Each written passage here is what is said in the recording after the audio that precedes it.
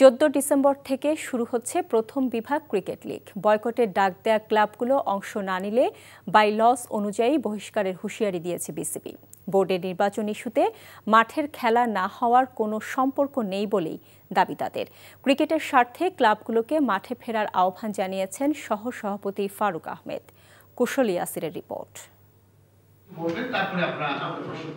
অনেক প্রশ্নের উত্তর প্রত্যাশা করা সংবাদ সম্মেলনে নতুন কিছু প্রশ্নের জন্ম দিল ঢাকা মহানগর ক্রিকেট কমিটি সিসিডিএম। প্রথম বিভাগ লিগের নির্ধারিত 20 ক্লাবের মধ্যে 7টি ক্লাব অংশ নিচ্ছে না এবারের প্রথম লিগে। বিসিবি নির্বাচনের বৈধতা নিয়ে প্রতিবাদকারী ক্লাবগুলোর এক অংশ তারা। বাকি 13 ক্লাব এরই মধ্যে লিগে অংশ নেওয়ার প্রস্তুতি শুরু করেছে। লিগ খেলতে আপত্তি জানানো 7 ক্লাব নিয়েই সূচি প্রকাশের পথে সিসিডিএম। 72 ঘন্টার মধ্যে ওই দলগুলো কিভাবে মাঠে নামবে সেই প্রশ্নের কোনো উত্তর মেলেনি। দেখুন, আমরা অফিসিয়ালি তো 20টা দলই ধরে রাখবো, কারণ আমরা এই ধরনের মৌখিক বার্তা পাচ্ছি, বাট আমরা ফিক্সচার ছাড়ছি 20টা দলকে নিয়ে।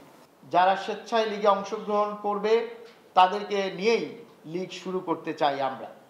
লিগে অংশ না নিলে বাইলজ অনুযায়ী কঠোর সিদ্ধান্ত নিতে হবে বিসিবি এবং সিসিডিএমকে। নভেম্বরে মৌসুম শুরুর কথা থাকলেও এরই মধ্যে 1 মাস পার হয়েছে। খেলা না হলে দেশে ক্রিকেট ক্ষতিগ্রস্ত হবে। ক্রিকেটের স্বার্থে মাঠে ফেরা উচিত বলে মন্তব্য করেছেন বিসিবির সহ-সভাপতি।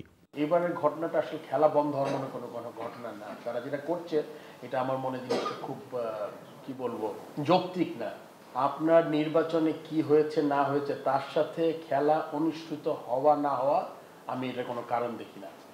আমার মনে খেলা মাঠে গড়াতে হবে, যেটা ক্রিকেটের স্বার্থে, প্লেয়ারদের স্বার্থে, এটা আমি মনে করি।